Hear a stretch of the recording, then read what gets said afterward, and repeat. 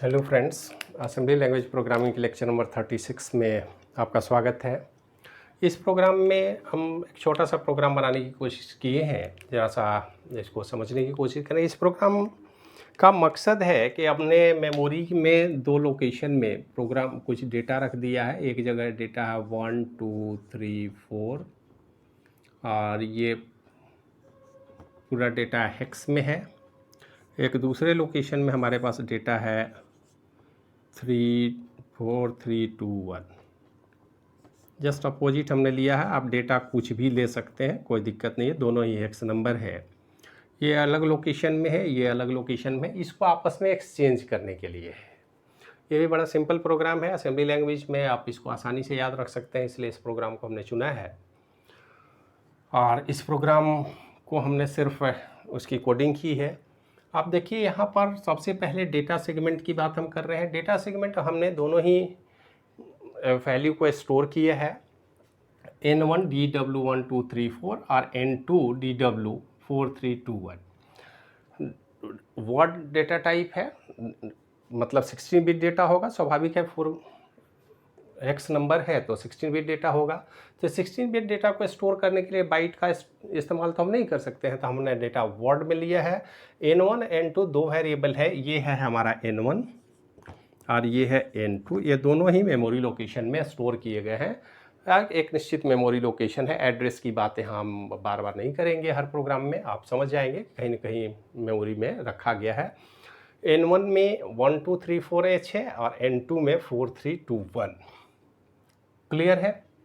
अब इस प्रोग्राम को हमको कुछ करना नहीं है, केवल एक्सचेंज करना आपस में। तो एक्सचेंज करने के लिए अब देखिए कोड सेगमेंट में हम गए, assume CS code DS data, start हमने प्रोग्राम किया। Move AX data, move DS AX to DX। ये initialize the data segment, data segment को इनिशियलाइज किया है। ये सिंपल कॉमन स्टेटमेंट है जो हर प्रोग्राम में डेटा सेगमेंट को इनिशियलाइज करने के लिए किया जाएगा। अब यहाँ पर हमारा प्रोग्राम स्टार्ट होता है। मूव AX, N1 को X में डालेंगे। AX रजिस्टर हमारा एक्यूमुलेटर का है। यहाँ पर N1 को हमने डाला है, N1 में है 1 2 3 4। तो N1 डेटा हमारा मूव करके आ गया AX में। इसके बाद एक्सचेंज इसको किया हमने किससे, N2 से। N2 और AX को एक्सचेंज किया, मतलब अब ये डेटा हमारा एक्सचेंज होके कहाँ चला जाएगा, N2 में। N2 से एक्सचेंज करेंगे तो N2 से एक्सचेंज करने का मतलब है कि N2 में डेटा हमारा ट्रांसफ़र हो जाएगा 1 2 3 4। N2 और AX को हमने एक्सचेंज किया है, ठीक है। तो एक्सचेंज करने का मतलब क्या होगा कि ये डेटा वहाँ चला गया और वहाँ का जो डेटा था वो कहाँ आ गया, 4 3 2 1 H AX में आ गया, एक्यूमुलेटर में आ गया। ये काम हमने यहाँ पर कर लिया, AX और N2 को एक्सचेंज कर लिया आपस में। उसके बाद अब ये जो डेटा है ये हम लाए तो थे N1 से, तो N1 में रिवर्स स्टोर करना होगा। तो move N1 AX to N1, store AX में अब आ चुका है N2 का डेटा। अब इस डेटा को यहाँ से यहाँ मूव करेंगे तो यहाँ पर डेटा हमारा शिफ्ट हो जाएगा 4 3 2 1। तो सिर्फ 3 लाइन का स्टेटमेंट है। हमने पहले N1 को लाया, एक्यूमुलेटर में शिफ्ट मूव किया, एक्यूमुलेटर से N2 डेटा को हमने एक्सचेंज कर दिया। सीधा सा statement XCHG, exchange N2 to AX। तो AX के थ्रू हमने एक्सचेंज कर दिया। दोनों मेमोरी को डायरेक्ट एक्सचेंज नहीं कर सकते। एक डेटा को हम एक्यूमुलेटर में लाए, एक्यूमुलेटर से डेटा वैल्यू को एक्सचेंज किया और जो एक्सचेंज करने के बाद एक्यूमुलेटर में दूसरा N2 डेटा आ गया, उस N2 डेटा को हमने N1 में मूव कर दिया। मूव करने के बाद हमारा प्रोग्राम टर्मिनेट हो गया, ऑपरेटिंग सिस्टम को हमने ट्रांसफ़र कंट्रोल कर दिया, कोड इंड हो गया, प्रोग्राम का भी इंड हो गया।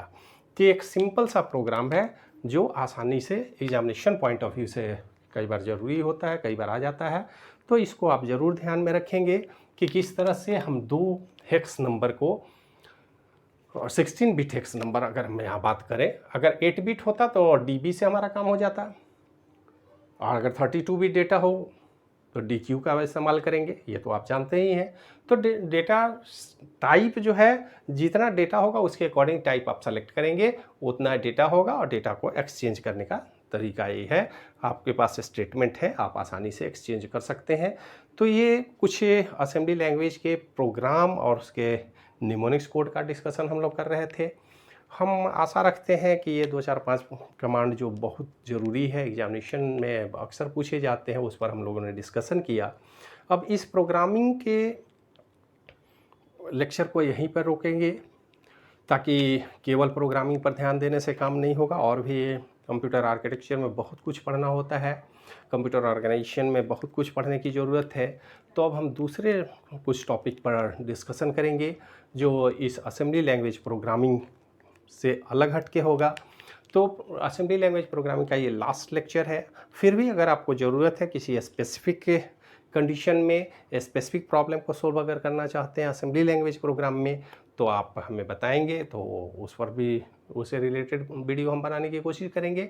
Otherwise examination point of view से ये 5-6 प्रोग्राम जो हैं, जिसमें सामान्य डेटा को ऐड करना है, डेटा को मूव करना है, डेटा को एक्सचेंज करना है, किसी अल्फ़ाबेट को हेलो वर्ल्ड जैसे हमने प्रिंट करने का प्रोग्राम बनाया, आपको लोअर केस से अपर केस या अपर केस से लोअर केस ट्रांसफ़र करना है, इस तरह के कॉमन प्रोग्राम पूछे जाते हैं। और ये सारे प्रोग्राम हमको लगता है अभी एग्जामिनेशन पॉइंट ऑफ व्यू से आपके लिए सफिशिएंट है। और डिटेल में अगर ज़रूरत होगी तो आप हमें बताएंगे, हम ज़रूर कोशिश करेंगे कि उसका असेंबली कोड और असेंबली प्रोग्राम हम आपको समझाने की कोशिश करेंगे। लेकिन सिलेबस के हिसाब से इतना सफिशिएंट हम मानते हैं, इसको आप ज़रूर ध्यान में रखेंगे, ताकि आगे जब भी प्रोग्रामिंग की बात हो, असेंबली लैंग्वेज प्रोग्रामिंग की बात होगी, तो एग्जामिनेशन में आपको दिक्कत नहीं हो, आप आसानी से उस प्रोग्राम को बना पाएँ।